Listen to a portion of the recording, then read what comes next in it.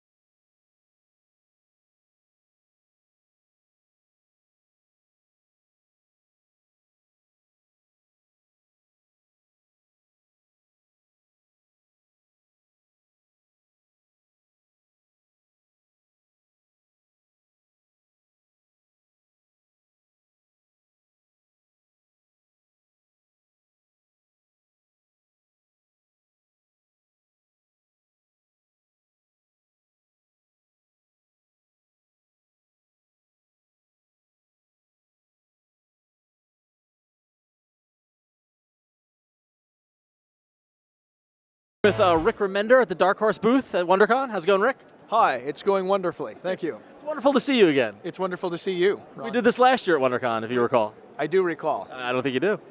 I do. So a year later, back in San Francisco, a lot more books have come out at Dark Horse, pretty much. Fear Agent, though, is kind of coming to an end, or a temporary end. Yeah, we're putting it out. The first major arc is coming to an end as of issue 32. And then once 32 is wrapped, we're taking a break and going on hiatus for a little while. There will be more Fear Agent.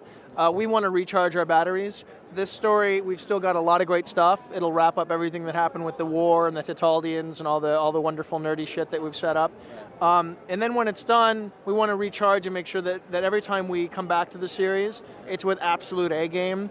Because I think for everybody, for Tony and Jerome and I, it's sort of our love letter, and we've enjoyed making it, I think, above and beyond most anything else. Yeah, no, I remember the day that you actually, you on Twitter, you mentioned that the last arc of Fear Agent was coming up, and many people reacted to that and kind of overreacted, and they really thought it was ending. Was it good to see that kind of immediate reaction?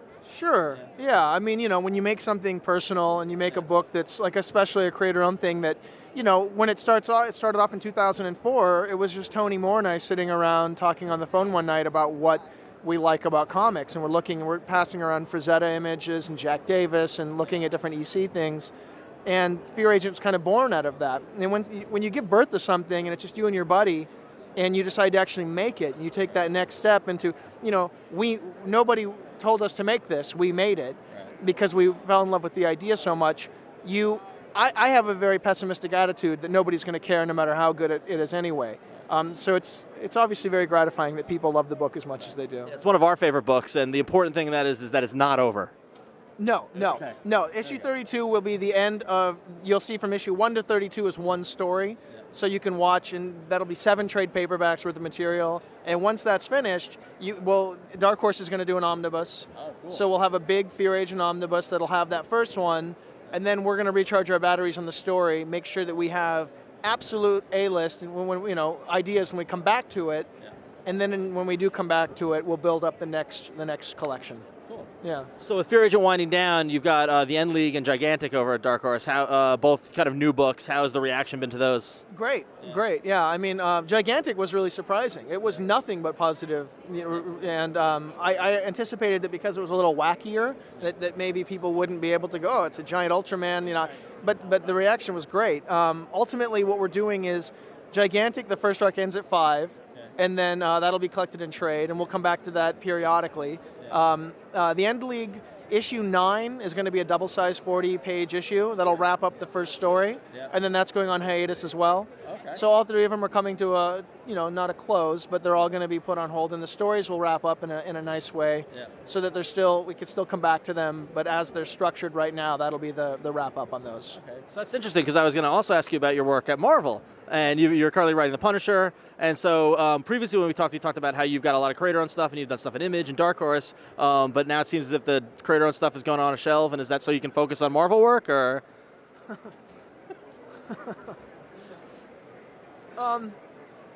With Fear Agent, does working for Marvel take more time?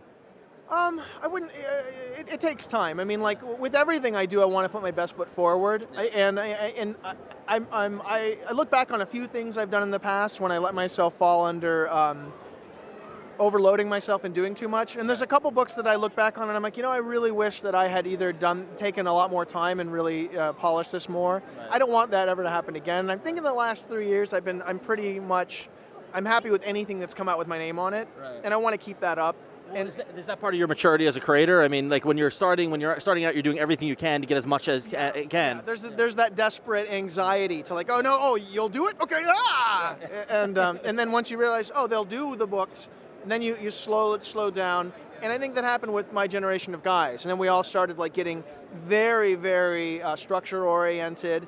And we're all very critical of one another, and try and be, a community, with guys like, my artists, of course, with Tony and Jerome, we talk, and then, Jason Aaron and Matt Fraction and Ivan Brandon. And anyway, there's a big group of guys, and we'll all sort of, we're working to become this generation's Vertigo guys from the 90s. And I know that, some of us already are in that group, but I think that, obviously, you want to look back. I didn't leave animation to make mediocre comics. Right. I left animation so that when I look back, I had a pile of things that I was proud to hand to anybody. Right. And so hopefully as you move forward, it is, that desperation and that anxiety can quiet, right. And you can focus on every bit of the craft and fine-tuning it, hopefully. Right. So on Punisher over at Marvel, Jerome Pena is the artist on that, yeah. And it was kind of cool to see you keep working with that. Are you trying to work with the people, because I know Marvel, the chances of you getting teamed up with an artist that you probably aren't familiar with is probably better than your creator-owned stuff. Sure. So, yeah, and Axel was really receptive to Jerome's stuff. Everybody's, when you can't look at Jerome's pages and go, I don't think that guy's ready. Like Jerome is going to be Jim Lee level big. I mean, he's too good. He's Frank Quitely. He's got elements of Jim Lee. I think he's got that rare mixture of realism with stylization, right. That so few artists, and perfect pitch storytelling. And you mix all that together, and he's probably, in my opinion, one of the 5 best guys working at comics. Right. So Axel was really great about bringing Jerome on and letting us work together, and I think the results have been, we've got 5 years of working together, right. And that I think shows in the Punisher. There's we're already a unit. How does that sound? Wait, hold on. Not a unit. Team? No, we are a unit. A unit? Yeah. Fully functioning? Yeah. Oh, wait, what are you doing with your hands now? Jerome and I are a fully functioning unit. There's 2 hands. There's a penciler and an inker in Jerome, yeah. And then there's a writer, and he's. I'm sitting here thinking this interview. Wow, Rick's really stepping it up. He's getting a little more mature. We're being very professional, and now we're a unit. We're a unit. You got to go with the unit, but you hear yourself say unit. What are you going to do? You're not going to. You got to roll over it. So yeah, and it's wonderful working with Jerome, and I'm so happy with what he's been turning in. I think that when people see there's issues 3, 4, and 5 are fucking phenomenal. They're just gorgeous. Yeah. So approaching a character like the Punisher, who's this kind of single-minded, single-focused, I see a lot of similarities, not similarities, but to Heath Huston in Fear Agent, or the kind of character you write. So is it easy to step into the Frank Castle mindset? It was and it wasn't. With what Matt and I were doing with War Journal, and then transitioning that into what the Dark Reign is all about and what they're doing with that stuff, there was a moment of not knowing how to handle Frank in that situation. Yeah. But I think that his when his new sidekick Henry came into play, and his new mission, this propaganda war against Osborn sort of solidified, it all kind of came together in my head, where Frank is, with the help of somebody who gave him a good idea, Frank's the Terminator. He's a force of nature. He's beyond the point of analyzing every step, and there's no internal conflict anymore. There's just what he does. And once I got into the purity and the simple, that's the character. I don't need to redefine him. I don't need to crack him open and see what makes him tick. I just need to put him in a fun story and let it play itself out. Right. Then it took off. I am here with iFanboy staff writer Mike Romo. Hi. How are you? Welcome to WonderCon. Want to just make sure that the people out there were familiar and got to meet you. This is what I look like. I'm sorry about the haircut. So, this is the big day. I think I might be able to do some interviews. Actually, I'm not going to ask about continuity. I'm not going to ask about pacing. I'm just going to ask about the artwork. I know that we talked about this before, writing. but and the editing. We had an issue. And the inking. we had an issue at the last show, so I think that we're going to try to, the three of us, me, Ron, and Connor are going to try to stick to doing the interviews. But I mean, you said I could.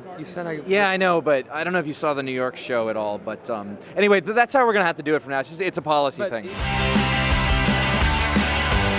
I'm here with Duncan Rouleau. How you doing today? Good. A couple of days ago, I wandered into the comic shop and I saw a book called The Great Unknown #1. I picked it up. I really read it. Can you tell people about it who don't know? It follows the story of a guy named Zach Feld, and he's a genius, like all of us. And every idea he has, it always seems that somebody else also has had the idea as well. And this has been going on for his life for quite some time. And it's gotten to the point where everybody thinks he's just talk. And at the end of the issue 1, somebody in fact comes up to him and says, "You aren't crazy. Mm-hmm. People have been stealing your thoughts and your ideas, and that you are destined for greatness. And it's been stolen from you." So the rest of the adventure is him finding out who. Well, A, first, is it true? Is this guy just pulling his leg? B, what do you do about it? And 3, how do you reclaim your future once it's been stolen from you? What I thought was really cool about it was that we all know a guy who's really smart, seems full of potential, and doesn't do anything, but, There's loads of them out there. And I also think that everybody feels... Well, I think everybody has had that experience where you've had an idea and you see it out there and you wish you had acted on it. Mm-hmm. And so it plays on that too. Cool. And you just finished up writing and drawing a whole series for DC, The Metal Men. Right. So you just pretty much stay in your own world all the time, creating stuff? I do. I have my studio and I move from my drawing table to my computer and back and forth until my wife rings the dinner bell.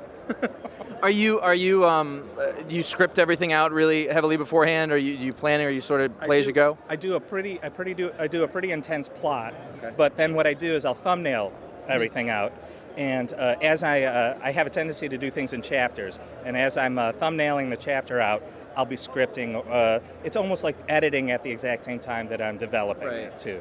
So I do an awful lot of that. You do Marvel style with yourself. I am the Marvel way. I really am, with my own self. Yeah. So you worked sort of on a DC book for a while, and now you're sort of doing your creator own book for a while. You're doing animation stuff also. Correct. I belong to the studio that created Ben 10. It's a Man of Action with Steve Siegel, Joe Casey, and Joe Kelly. Okay, I like him. So yeah, me too. Well, he's the most loved man in comics, and Joe Casey, well, the most hated man. So we get it all. We know.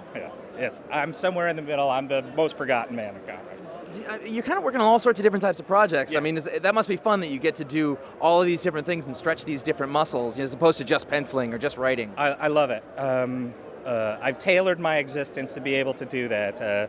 I really enjoy moving from project to project. After a while, I realized that I wasn't going to be like Eric Larson, who does Savage Dragon and 180 issues, which is amazing, by the way. But that's not me. Right. I love moving. I'm like a little kid, and I move from project to project.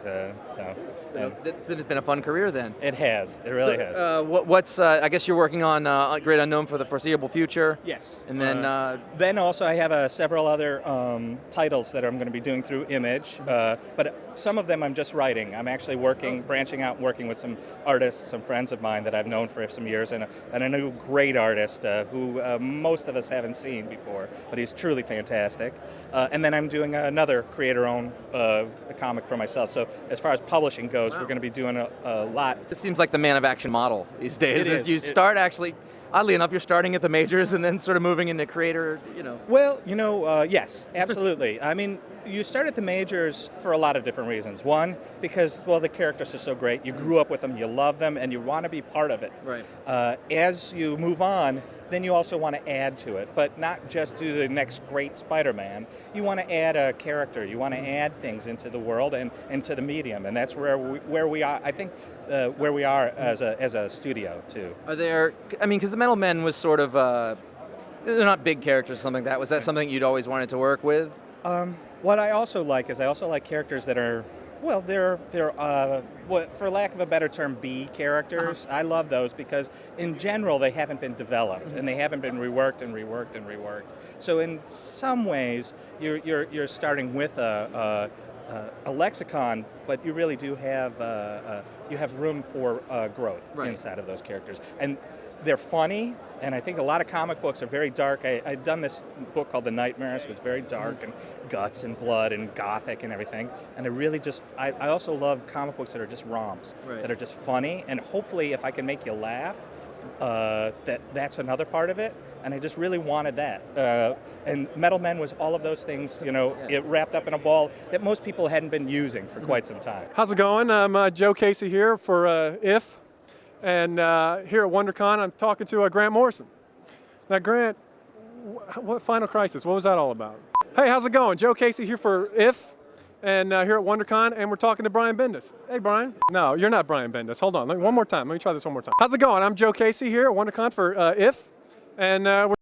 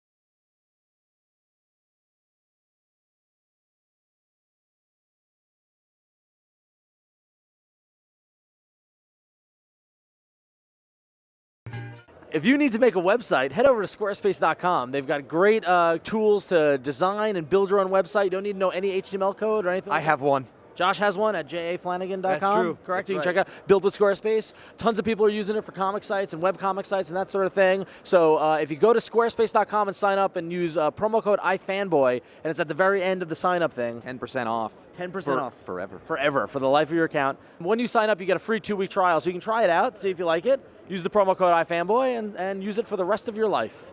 Squarespace.com. Thank you, Squarespace.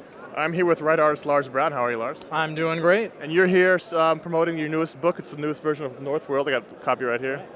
Volume 2. Volume 2, The Epic of Conrad. And so tell people who haven't maybe even read the first one, what is NORTHWORLD about? What's the series about? Well, NORTHWORLD is it's a modern day fantasy. So it's sort of like if knights and warriors dressed, they went and shopped at the Gap. Kind of like World of Warcraft to come to life, right? It sort of is, yeah. World of Warcraft meets Grosse Pointe Blank. So NORTHWORLD Volume 1, that was your first big published work? Mm-hmm. Came out last year. And how long did that take you to do? It took me about 11, 13 months. I had to redraw part of it because I switched to drawing with a brush. The second volume went a little quicker. It took me about half a year. So what's the difference when you've got one under your belt and you're starting the second one? Is there more pressure or is it easier? I mean, is there a fear to live up to the first one? Well, this one was pretty challenging in just the respect that it was like both volumes make up a whole story, and bringing that story to a close turned out to be a little more challenging than I expected. But in the end, I made it on my deadline, and I was really happy with how it turned out.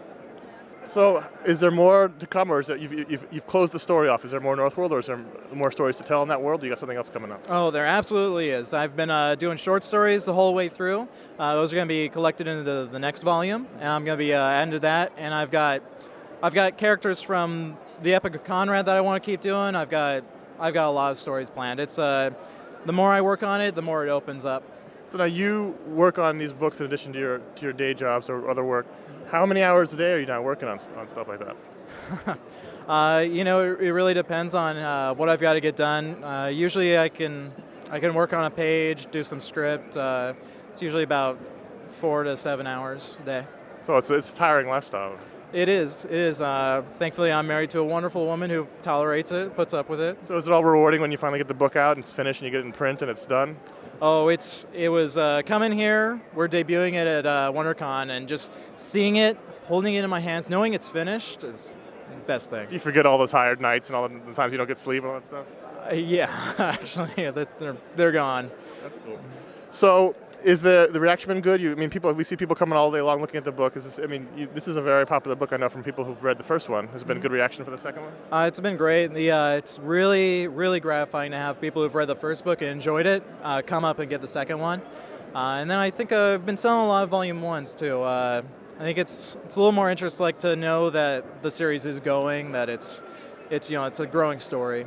Now, you've come on to a second volume after the first. Has your ability improved? Do you think you've noticed how your storytelling has changed, or you find things easier now? Is that something you've noticed yourself? Oh yeah, and it's every time I come up to something that's challenging, that it pushes me, and then I'm able to do that. I'm able to do something more and push myself more, and I think it really helps, because this way, like, I'm focused on telling the story, so I think it helps the storytelling, but I'm also able to make this world more alive. I'm able to add more people in the background, and I'm able to make the places stand out more, give them more character. How's it going? Joe Casey here at WonderCon, and I tell you, there's a lot of media guests here at WonderCon.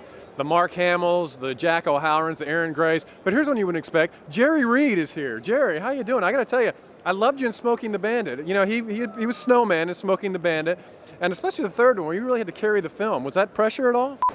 Hi. I just found a guy. I know he does interviews for real, and I'm going to ask him some advice. So one second. Mr. Centric. Hey, hi, Mike Romo. Hi, Mike Romo from iFanboy. Oh, hi. How you doing? How are you? I love iFanboy. Hey, nice to see you. You know what? The guys. Let's see if I can get this thing. They don't know I have this camera. Oh wow. And I take it from them? Well, Nice. they said I could interview, and then they said they wouldn't let me interview because they had problems with the last podcast. Okay. So I decided I would just sort of do something on my own and sort of prove it to the guys that I can do interviews. Okay. But I was wondering, since you're a professional, what should I not ask them? When you're talking to guests, don't be so fanish and everything. I mean, you kind of like don't. Superman would never do that. Why would you have him do that? I mean, But even if it's a glaring problem.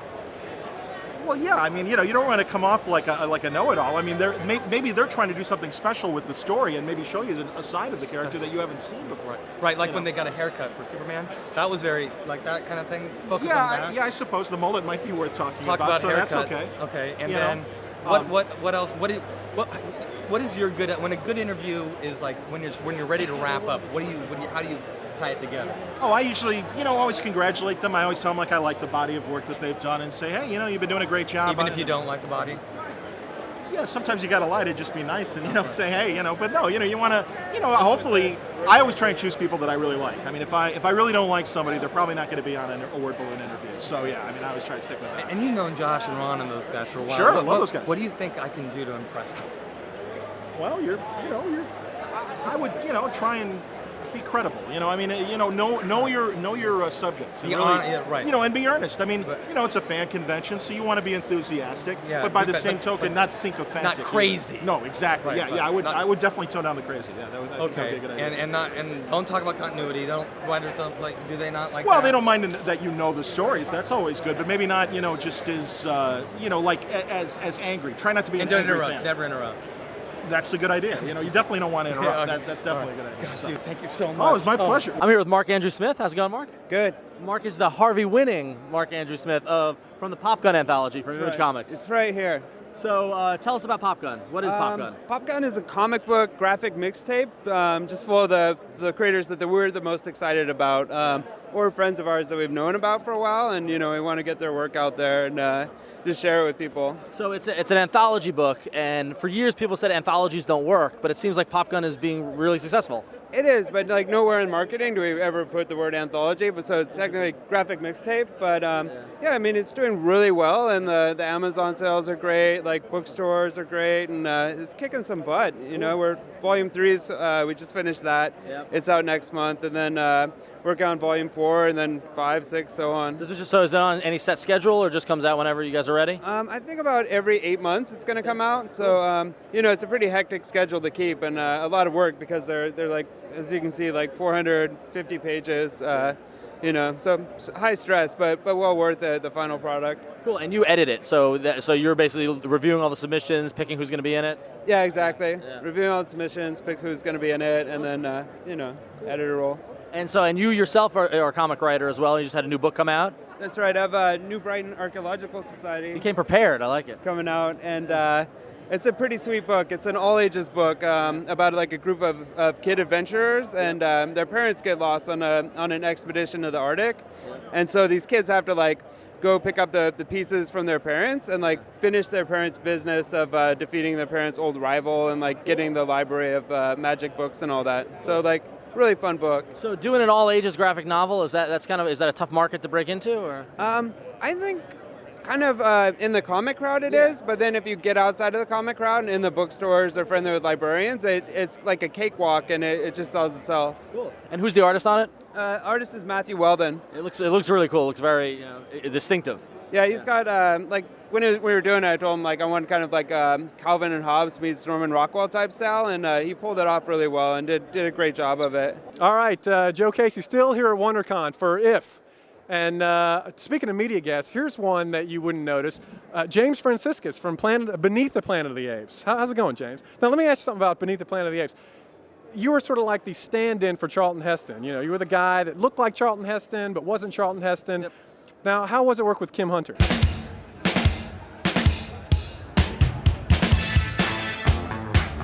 And this is a party at the Isotope featuring Brian Azzarello and Dave Johnson here at the Isotope Comics Lounge in San Francisco. It's the event, a Saturday night at WonderCon. It's barely even started yet.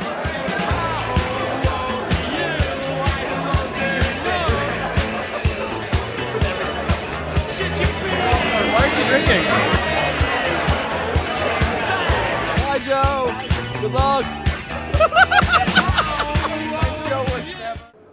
Hey, Connor, what you doing? Oh, I'm just reading a digital comic on iVerse. Wow. It's almost like coincidence because they're sponsoring this episode of iFanboy. Well, the digital age is coming, and this is a cool little digital comic on the phone. It's true. You can go to iversecomics.com/iFanboy and get a big list of all of the different stuff that they have, but you can download them from iTunes for your iPhone, or you can get them from wherever your Android phone. Wherever you get that stuff. I don't even know where this phone came from. Someone handed it to me. It's awesome. Pretty soon you'll be able to do it on Windows and Mac, and you can get all sorts of comics. You can get stuff from IDW and Boom, and there's some Image Comics and Red 5. Atomic Robo is the title. Pretty soon. Star Trek. You can get the prequel book for the new J.J. Abrams movie. It's going to be available through iVerse. You can get one of my favorite books, Proof. Yes, you can. On there. So get to iversecomics.com/iFanboy. You'll see the full list of titles. You can sign up to win a free $50 iTunes gift card or for the Google phone, right. The Android. Whatever you do to get through. Whatever one you want. It's not mine. Someone just handed it to me. Some dude. You have an iPhone, don't you? Yeah, I do. So in the war, I do. In the me war, too. I would get the iPhone gift certificate, the iTunes one. That's awesome. Yeah. But that's just me. Okay, Maybe you've got this one. Maybe you're that dude. So you can read your comics anywhere on your devices or whatever. iVerse Comics is a great way to do it, and we want to thank them for sponsoring the show. And now I got Sonia Harris. Hey, Sonia. Hi. You guys remember her from the podcast, and she's wearing this awesome corset. But anyway, Sonia, I was wondering if you could help me for a second. Well, which? But the thing is, they had some. I asked if I could do some interviews, but then they said no, that I couldn't do the interviews, and so they let me borrow this camera. I'm supposed to hold this camera, but they're not paying me. They're right. You can see them right there. Don't look. But anyway, do you have any? What can I do to impress them? Let's do a test question. Yeah. Hi, artist. Yeah, hi. Is it hard to be an artist? Yeah, it's totally hard. My hands hurt from all the drawing stuff. But you are a very good artist. Oh, thanks. Yeah, I'm totally awesome. Hello, writer. Hi. You are a good writer. Oh, I know. It's amazing. It all comes out my brain. Oh, fuck, I fucked up the... Okay, I think that's how you do it. Yeah. You are a good writer. Oh, yeah. And writing is hard. Oh, this is great. Yeah, Thank you so much. I could be a writer. This is good. See, those guys have no idea what They they're don't know talking how about. talented we are. It's crazy. You'll see. There'll be a resurrection. Insurrection. I'm here with Joe Casey. Yeah, you are. All right. Going into this, my eyes open. That's what I'm saying. You got, we're not in San Diego. This is unusual for me. You're up in the Bay Area for the first time in a while. Unusual for me too. All right, okay. We're here at the Image booth, but you have a Marvel book coming out. You're running in the Dark Reign Marathon as well with Zodiac. Apparently in the Marvel Universe, Norman Osborn's running the show. I've heard. And he's saying to all the other supervillains, you know, I'm running the show, you're going to do things my way. Well, to me, a supervillain is, you know, the ultimate personification of anarchy, chaos. Any supervillain worth their salt would look at that situation and go, you know what, Norman, fuck you. You know, I didn't become a supervillain to be part of your little gang. Meet the new boss. Same as the old boss. Exactly. Yes. Dark Reign Zodiac. Buy it, you'll love it. The artist, Nathan Fox, excellent. What would I know him from? He did Pigeons from Hell for Dark Horse. Okay. And I'm busting his Marvel cherry. So. All right, nice. Yeah, I tend to do that, guys. You know. You're the one who breaks them in, as it were. I do. Right. I do. I ride them bareback. Sort of like prison. Absolutely. Yeah. Absolutely. That's how Marvel wants you. They're up and coming artists. They want it to be like a prison system. They're a fish. You're a. I break them in, and then Marvel breaks them down. Right. All right. Sweet. Not enough to muck around in the Marvel crossover goodness. You're taking over the DC Final Crisis strings. What's the book over there? Well, I'm not taking it over. I'm doing one of the Aftermath miniseries. Listen, we can hash out the details all day, or you can get to the business. I'm not here to take your shit this time. All right. I'm writing one of the DC Final Crisis Aftermath books called Dance. Starts a super young team, Japanese teenage superheroes, created by Grant Morrison. Very cool. Mm-hmm. It's good fun. Now ask me a question. You're the one plugging. I'm here for you. If you don't want this, we don't need to do this. Dial it back. Get back into the mode. So who's the artist on that project? The artist is Chris Cross. Ah. And he's fantastic. I haven't seen him around for a little while, but he's been in Humanoids hell for a few years. Many artists work for Humanoids and are never seen from again for several years, and now he's back. He's back, baby. Is he upset when you don't give him notes in French? He doesn't know French, so maybe that was what took him so long. He's been getting notes for years. Like I don't know what this says. Maybe that's why it took him 3 years. You know. So these are Grant Morrison characters out of Final Crisis. Have you two collaborated on what's supposed to be happening here, or? Grant didn't even know the book was happening until I told him I was doing it. Oh. Which is, you know, par for the course, I guess. But he's still talking to you. He seems all right with the fact that I'm doing it. He wasn't going to do it, so why not? You know. Let me ask you this then. You finished Final Crisis then. You probably read it. So what happened? Well. Quick breakdown, just a summary of the events at the end. When's the next Godland book? Man of Action thing going on. Man of Action, yeah. All you're doing is reprinting an old book, though. That's true. Everybody else is bringing something new to the table. Right. Not to mention my book is late, so. How is a reprint late? You know, that is a head scratcher. That is a head scratcher. If I'm not mistaken, Code Flesh was drawn by Charlie Adlard. Right. On the biggest book Image has got right now. Right. Is he not spending so much time on the old thing? Is that it? No, he actually drew a whole new story. Wow. That we were done last year. So again, a head scratcher. It's not your fault then. Not at all. My shit was done a long time ago. Years ago. But you got to roll with these things, man. In comics, you got to roll with it. You know, and that's we're rolling with it. We are rolling. God, I hope that's all. Is that all? It is all.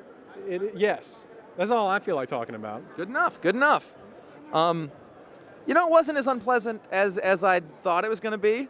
I feel like we've made... Anyway, so thank you. Sure. I feel uncomfortable. So I'm here with Ben Templesmith. How you doing, Ben? Nice to meet you. Nice to meet you as well. Again. Yes, multiple times now. I don't think I blanked you at this con. Yeah, no. New York, it was, I think, blanked 3 times. It was fun. That's how I roll, baby. Yeah, exactly. I just forget, sorry. So you're not actually an official guest of the con, but you're here, guest of Comics Outpost? I was lucky enough to have a good comic store in San Francisco called Comic Outpost bring me up and pay for my room so it can come up. And I'm just hanging out, really, but I'm doing one signing for them. So. Excellent, cool. Yeah, so I saw you, I said we got to talk to you. So Red Wormwood, I really liked it, and then Hoxford came out. You're known as an artist, but it seems as if you're doing more writer artist kind of projects. Where are you coming from there? I prefer to think of myself as a creator, really. Creator. I never wanted to just be an artist. I just wanted to do my own thing. So luckily it's gone that way, and yeah, thank you very much for reading them. I hope I'm getting better as I do more. So, so what has been the feedback? Because I definitely saw an improvement from Wormwood into Hoxford. What was the feedback on Hoxford? Or Welcome to Hoxford, I guess is what it's called specifically. No one's told me it sucks. Well, that's good. Is that they're going to tell it to your face? I mean, obviously there's, Well, no, I read the internet on the internet. So if no one says you suck on the internet, you must be kind of okay, because usually people tell you suck. Right. But, I mean, apart from a few little critiques, people really enjoyed it that read it. Yeah. I think all the people that don't like me have stopped even trying to like me now. So, so I only hear about the good people. All right. And I'm lucky to have enough people that do like it. So, so you have a very distinctive art style, right? And it looks like you have a lot of fun drawing. It's the product of too much alcohol and heroin. I don't True. know. Good point. Last year you did a signing at Isotope, and I asked for a sketch of Richard Fell, and you said, "Don't you want a vampire?" And I said, "No, a Fell." And he said, "Don't you want a vampire? Do you have more fun drawing the bloody vampire?" No, it was because all I usually get to draw is vampires. But drawing Richard Fell is actually, he's very simple and kind of boring, really, in a sense. I mean, you really want fair enough, but. But everybody loves Fell, and it's been ages. So what's the holdup? Is it Warren? Be honest. Well, I'm only going to tell you this for everyone for the 1000th time that I've been asked. But all right, Fell. This is what I know. Yeah. And I don't pretend to speak for Warren, but I can tell you what I know. What I know officially that I've known is it's not dead. It's simply frozen, like John Wayne from the Dennis Leary song. They're going to bring him back sometime, but basically Warren had a whole bunch of computer hassles and stuff, and it's really hard to write in the nature of a short story that works within a 16-panel grid sort of thing, 9-panel grid for 16 pages and whatnot. So there will be more coming when he's got time and the inclination, basically, and I'm standing ready and willing whenever that would be. So it may be a year or more. I don't know. I could not tell you. No idea. It's not dead. Okay, it will come back. That's important. That's what we want to know. Yeah, and if it doesn't, I will start nagging him. But he doesn't really respond well to that. He probably will send people to hurt me. But I'll try. So a couple of weeks ago, I was in my comic book store, and I saw this book of portraits of American presidents, illustrated by you. How did that project come about? What is that project? It threw me for a loop. That came about because various reasons. If anyone follows me on Twitter, they probably know I have certain angry opinions about many, many things. No. Some of them is because I have a unique perspective being a foreigner living in this great country. That was kind of what I was curious. And back in the day when Bush was like, rah, rah, and if you say anything bad, you're anti-American and stuff. So I didn't want that perception, obviously, to get out, because actually my wife is American. Yeah. I kind of live here right now. I owe my career to America. All I ever complain about is to try and make things better, which some countries have pros, some cons for every country. Yeah. So I actually really like history. Yeah. And American history is really fascinating. It's much more interesting than a boring Australian history, because we never had a war to become a nation. We just had a lot of prisoners. We had a bunch of old dudes sit around and say, "Hey, you want to be a country? Righto." So you had a war, and then you had a civil war. We don't do that. Yeah. So I figured, and I saw a documentary on all your presidents and how interesting, even the ones I'd never heard of were. Yeah. So I figured there's probably a lot of people here, considering the education system, that don't know any of those presidents or the stories.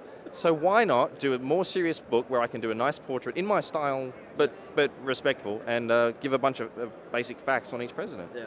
And it didn't actually have anything to do with the election coming up. That was just decent timing. It was just the documentary I saw and my love of history. Yeah. So hopefully, and you wrote all the profiles and everything as well. You did the whole book. I mean, there was some editing involved from the production people, but it was basically all me. And I did not try to be biased. In all honesty, Bush has a lot. on his page, but that's because he did have a lot of things he actually did do, for better or worse. Right. So, no, hopefully it's a book that stands the test of time for at least I'll be proud of in 10 years' time. And they can update it as long as they want, at least until I need to do a new president. I'm here with Ed Brubaker at the end of a con. How you doing? I'm tired.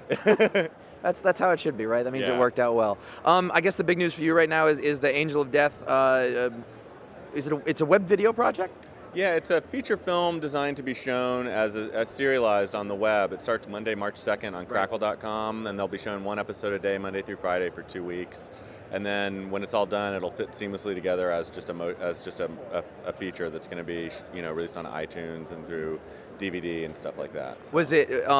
Was it nice to sort of get the different muscles working to do that kind of thing as opposed to a comic script? Yeah, it was a lot of fun to, I use so much narration in my comics, so it was fun to just write something that was all dialogue and film is a much more collaborative medium, so it was fun to go down there and see them filming it and stuff. So yeah, it was a blast. I mean. A couple of weeks ago in New York, they announced the Marvel Universe, the Invaders project you're doing. It's not really the Invaders. It's not. No, it's called the Marvels Project, and it's really sort of a retelling of the early days of the entire Marvel Universe. It sort of ends with the formation of the Invaders, but it's really about all the characters in the Marvel Universe from like 1939 till like just after Pearl Harbor. It's a big espionage story that's sort of like the right stuff. Now, is that the kind of stuff that did you know a lot about those comics, or the more that you worked on stuff at Marvel, did you sort of pick up more about it? Or? Well, it was something they approached me to ask to do as like a 70th anniversary thing, and I knew that was something that Epting would want to do, and I've been researching more and more of that stuff now, and really the thing is we all know those characters and we all know, what happened to those characters, but we haven't really ever seen one big epic story that shows how they all sort of fit together and what the world was like back then, like not in the way that modern comics are told. So to be able to go back and sort of retell that story as sort of like the right stuff or something, but for the Marvel Universe, and it's this big Cold War espionage kind of thing. So well, I mean, it feels like you have a hand for and an affinity for, the World War II parts of Captain America are some of my favorite bits of it. Yeah, exactly. That was why I knew Epting had to draw this thing. Right. And then in the meantime, Captain America still steams forward. How long do you plan on going with that? I have no plans to leave. It's still fun and exciting. Yeah, it's a greatest job. It's a great job to have. Yeah. And then finally, in Daredevil, for us, I think the Lady Bullseye arc is just stepping up. Now, when people heard first the words Lady Bullseye, I think people reacted sort of, oh, I don't want that. But then it turned out to be a really interesting story and a really interesting character. That must have been cool. Yeah, I brought Bucky back, so I wasn't worried about Lady Bullseye. Now you can do anything. Yeah.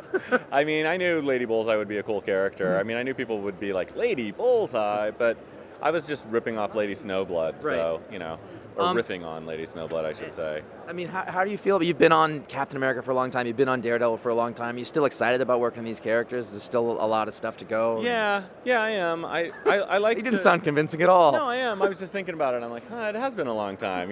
No one has ever pointed that out before. No, it's fun to do new stuff though. I got to say, there's a project that's going to get announced in like 3 or 4 weeks that I'm really excited about, and the Marvels project I'm really excited about. It's always fun to change stuff up, but I love working on Cap and Daredevil, so it's a blast, and I always feel like I'm trying to figure out a way to do something more interesting with each storyline. So. And finally, it would be remiss to not mention Incognito. Oh yeah. Yeah, that one. Yeah. And that's steaming along really nicely. Yeah. Has that been fun to like sort of do a different thing with Sean Phillips and? Yeah, I mean, Sean and I have been collaborating for 4 or 5 years together, and it just we're in such sync that it was just time to try to do something different. We'd been doing Criminal for a couple years, and just thought let's do something slightly different. That's a little bit more like what we did on Sleeper, and conveniently announced not long after a Sleeper movie was announced with Tom Cruise starring. So, I didn't actually time it that way, but it just happened. and Criminal will return. Yeah. Criminal comes back right after Incognito. I miss it. There's I nothing miss wrong, it. Incognito, but I miss Criminal. I'll be honest with you. Yeah, it's fun to change. It's fun to do something different a little bit. It's not, I feel like people who bought Criminal will like Incognito, but I'm hoping since Incognito is selling, almost twice as good as Criminal at this point, I'm hoping that I'll be able to bring some more of those people back to Criminal when we start it again. You think that's just the industry just needs to have the superheroes? Maybe. It's the cross we bear. Yeah, exactly. It's not a bad problem to have. I just found out Alex Robinson. He writes comics. Alex, excuse me, Mr. Robinson, Alex Robinson. Yes? Could I do an interview with you for just a second? I'm with iFanboy.com. Oh, I know that. I know you guys. Yeah, you guys are awesome. Thank you very much. Happy to do it. So I just wanted to ask you a bit about your latest book, Too Cool for the Too cool to be forgotten. Yeah, whatever it is. And it's really a neat story. I don't know if you read it. It's about this kid who takes up smoking in high school and learns the dangers of you shouldn't smoke, right? That's what I liked the most about it, was this kind of kind of it, but yeah. And I mean, it definitely, there's a smoking logo on the book. Well, there is smoking in the book. It's about a grown-up guy who's trying to quit smoking, and he gets hypnitized to go back in time, and he sort of has to be in high school. But he doesn't die in smoke? No, he doesn't die. Oh, Mike, Mike, what are you doing? Oh, hey, Connor. I'm Alex. I'm really sorry. It's going really well. It's going fine. No, Alex and I are having a conversation. Mike, Josh talked to you about this. You're not supposed to be doing interviews. It's not. He said. I'm really sorry. He's with you guys? He's with us, but he's not supposed to be doing interviews. He's not. We try to do ourselves. We have the experience. It was just one of those things that. Mike, we can't have you doing interviews. I just thought he was. I got books to sell. I can't really. I don't have time to joke around. I'm so sorry. I don't have time to joke around. I'm sorry. Mike, sorry. We talked about this, Mike. We've talked about it. Come on. Anyway, I like the book a lot.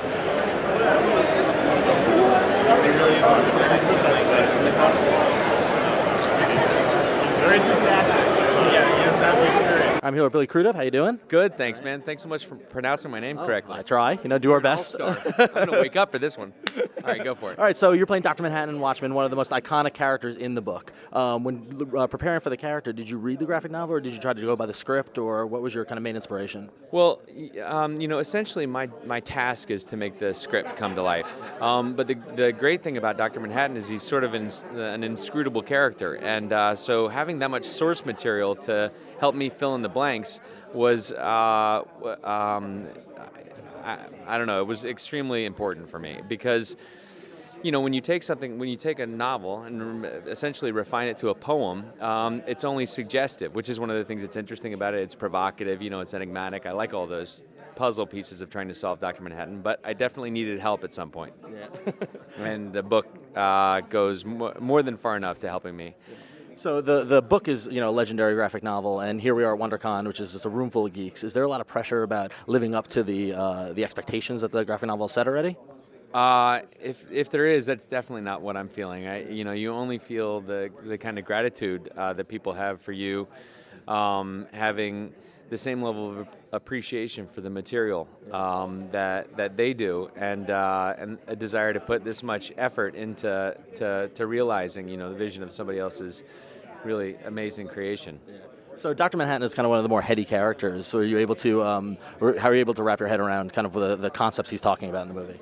Well, needless to say, the quantum mechanics of it were a good old mind meld, and I like that part of it. I spoke to a really interesting physicist who was also interested in superheroes, so he was very helpful in helping me answer some of the superficial questions that I had. But in terms of things like, walking on the surface of the sun, that's where you get to let your imagination go in a kind of exotic way. And what better reason to be an actor? Night Owl isn't the typical kind of superhero. He's kind of just a regular guy.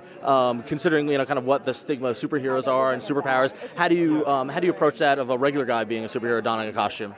I can only approach it from the human level. I've never played anybody. I've never played a superhero before, and luckily, I guess I could say one thing. You don't feel like you're ever sort of cutting any corners. Yeah. When you've got a role like this that's so well defined, and truthfully for me, Dan is probably the most character.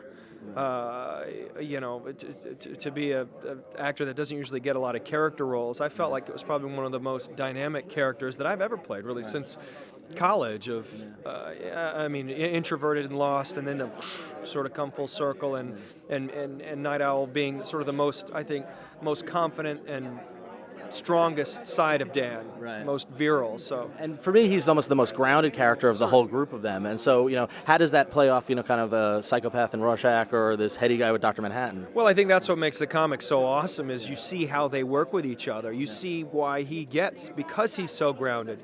You see how he understands Rorschach. You see their relationship. Those are some of my favorite scenes because I think that relationship is completely bizarre, but really, you need somebody like Dan in this. I mean, all these characters, that's what's so masterful about the comic, to be able to have 6, 7 characters weaving throughout like this, but have them all be well-rounded.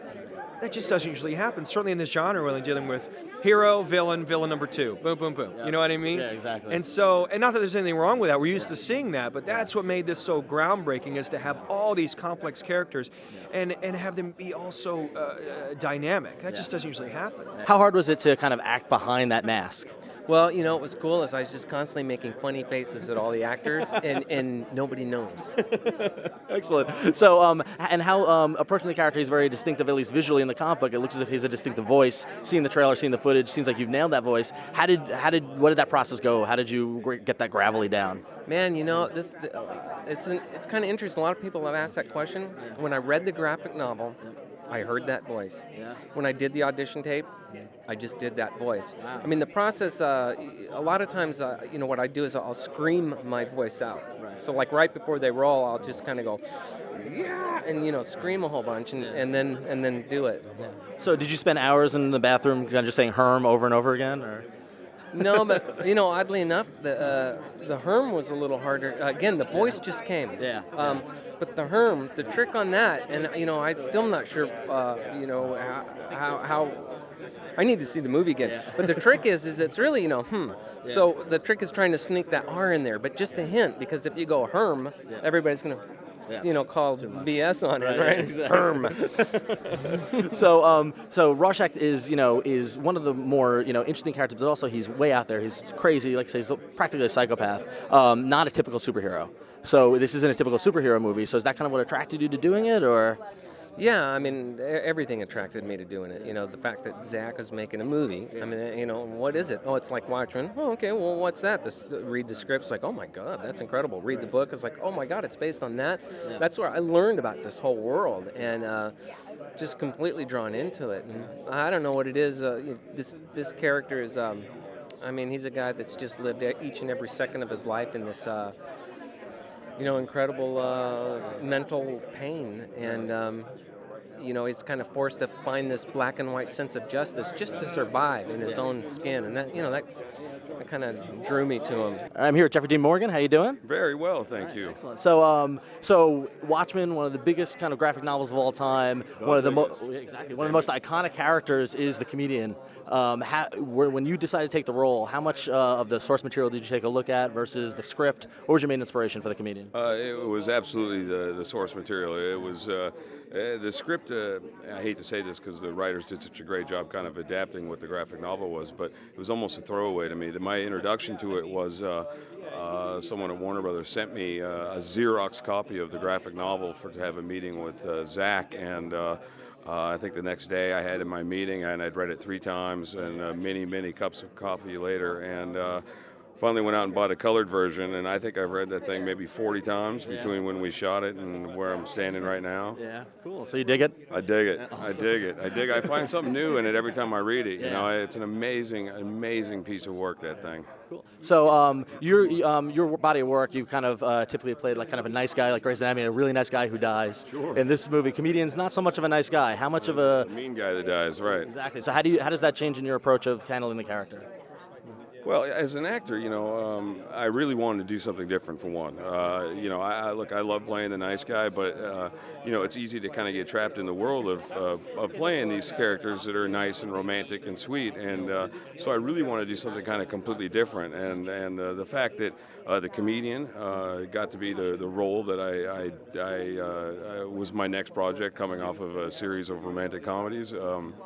What a joy, for one. I it's a complete 180 from what people know me from. So, you know, as an actor, you couldn't get any better. I don't remember what was your question. Oh, just how do I prepare for that? Yeah, well, you know, generally, because I know a lot of people are like, oh, that's the guy from Grey's Anatomy. Yeah, and they still are. And now people are going to say, oh, that's the guy from Watchmen. Hopefully, you know, I think it's a much different kind of fan base. Hopefully, Watchmen will pull in some of my Grey's Anatomy people that'll watch it. Although, you know, judging from fans' reactions from Grey's Anatomy, this is not their kind of film.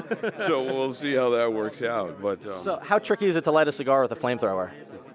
You know what? I did it. That was easy for me. That was a one-take deal. Nice. Yeah. You know, don't singe your eyebrows off. That's the key. I'm here with Malin. How you doing? I'm great. How are you? Excellent. So this is a big to-do, The Watchmen coming out, Yes. and how does it feel to be attached to such a huge movie with such a huge following? I don't even know. It feels surreal. It's unbelievable. And now I guess that it's finally happening, and pretty much, you know, it's Judgment Day is coming up. It feels just exciting, and the anticipation is so high. And I'm excited to see what happens. So your character, Slick Spectre, is one of the more, they're all complex characters, but her character really focuses on relationships and like interpersonal relationship. Was that something that attracted you to the role, or? I mean, really what attracted me was that all of the characters were so human. You know, I as soon as I think of a superhero film, I just think of, you know, superhuman and the villain versus the good guy, and this was very much sort of every character has such a beautiful arc, and same with her. I mean, I love the complicated relationship with the mother, you know, the sort of soul searching and trying to figure out who you are in life and finding true love. And I mean, she had all the things that we really do in life, or that I've experienced in life. So it was something that I said, okay, I can relate to this, even though she's a crime fighter, which I can't relate to. I'm sure that we'll get there eventually. So it definitely attracts me that they're all human and fallible characters. Because that's part of the thing, is that it's not the typical superhero movie. This isn't Batman or Robin or Superman or that sort of thing. And they're, you know, very, very human. They don't have powers, that sort of thing. So when you approached the script, when you looked at it, did you have to make that kind of switch to saying, okay, this isn't the typical one? I didn't make the switch, because when I flipped, automatically it's you see that it's more a character-based film than it is anything else. So you go, wow, this is.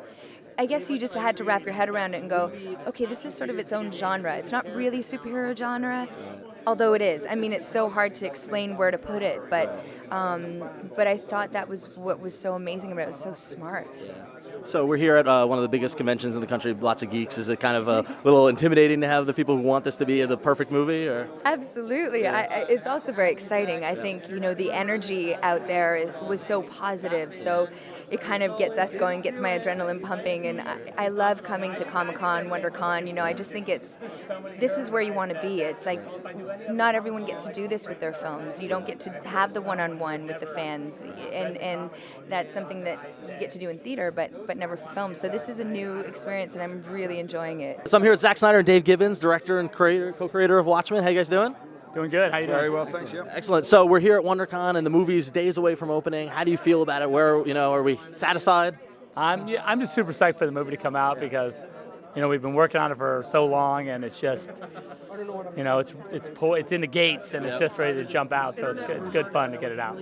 So I was going to say, I'm really excited. I can't wait for people to see it and get the same kind of thrill off it that I've got. Excellent. So for years we've talked about this book and how it's it's false starts with the movie, and we say this is the movie that can't be made. You guys make the decision to make it. What was the point where you said, yeah, let's do it?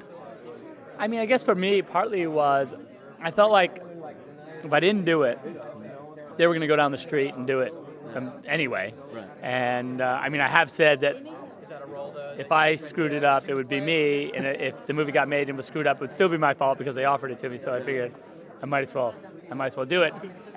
And it wasn't, you know, it was because I felt so strongly about the material that I was scared to do it originally. Right. But, you know, I think pop culture has come around to this moment in time. We've talked about this, that, you know, maybe before this, the movie version of the movie, like, mass culture maybe wasn't ready for. So it's Yeah, there's always been a lot of serendipity and coincidence associated with Watchmen, and for many reasons, for the success of The Dark Knight, for Zach having the success with 300 that's enabled him to have his vision on this. I think this is just the perfect time for Watchmen, and it feels right that it's out now. Excellent. And when the trailer came out, it shot up the book shot up the ranks at Amazon and stuff like that. How do you feel? It's getting people. I'm seeing people on the subway reading it. How does that feel as your product? People are reading it again. Well, it's great because The Real Watchman is the graphic novel. That's the sourcing, and the movie is a different thing, and it's wonderful. Yeah, I can't believe that you're seeing people, like real civilian people on public transport, just reading this stuff. Real civilians. And I mean, the wonderful thing is, at the end of the day, there's going to be hundreds of thousands of new readers for Watchmen. Hopefully, for other works by Alan Moore and works by me, and more and more people are going to be going into bookstores and comic book shops. And even apart from the wonderful movie version, I thank Zach for that. So how relieved were you when Zach came on board? Well, I was very relieved. I first introduced myself to Zach at the UK premiere of 300. I only wanted to say hello, but we ended up chatting, and I had a real gut feeling from the very beginning that he was the man to do it. And there's nothing I've seen or heard since that's changed that opinion. Oh, that's cool. Well, it's good. It's interesting that you should say, just about like the book and the movie sort of relationship. Because I really do feel strongly that. If in the end, people, when they walk out of the movie, I always go, now you should go, if you haven't read the book, you should go read it. If you're reading it, read it and then see the movie. But I think that it's a supplemental experience. It's not a either or experience.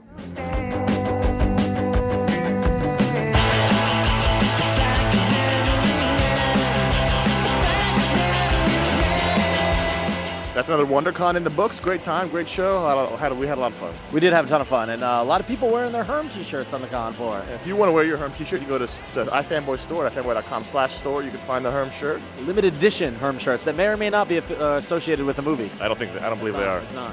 There's a lot of legalese on the bottom now telling you it's not. It's not. It's nothing to do with it. So go to ifanboy.com/store. If you have any questions about the show or want to chime in what you thought of some of the interviews and stuff, you can email us at contact@ifanboy.com, or you can call our voicemail line at 1-888-FANBOYS. It's 1-888-326-2697. And you go to ifanboy.com for more video content, and it's also available at revision3.com/ifanboy. We've got a new show every week. We're going to hit more cons throughout the year. This is only the beginning.